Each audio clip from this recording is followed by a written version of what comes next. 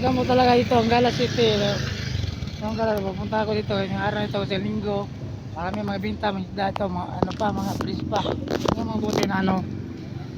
Kaya ako napunta ito, kaya wala tayo minsan, kaya minsan lang ako napunta dito. Ngayon lang ako nakapasyal. So, ayun mga buti, kaya ganyan po na, kita ko na yan. Ngayon lang ako napunta dito kasi itong araw, itong linggo, sabi nila wala ko nung wala ko nung isda, pero marami ito na ano na nakikita nyo lang. Wala, minsan lang ako napunta ito kasi boss, ito magkano ba talaga ito? Tagalog ka pala eh.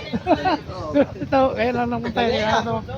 Alam nyo naman kasi na minsan ako magsalita na ito. Tagalog ba?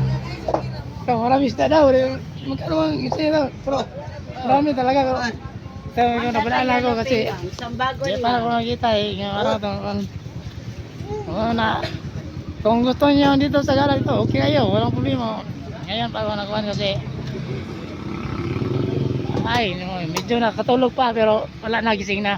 Nagkape lang muna pero hindi tayo sa nabuhay nga ngayon na okay na kayo si Juan. Pag sinabi ko na sinabi ko na yan. Ay ko nga birthday, hindi tayo masa sikap lang kasi ito ang nakaraan, pero marami pa ako na dapat pa sabihin, pero hindi ko lang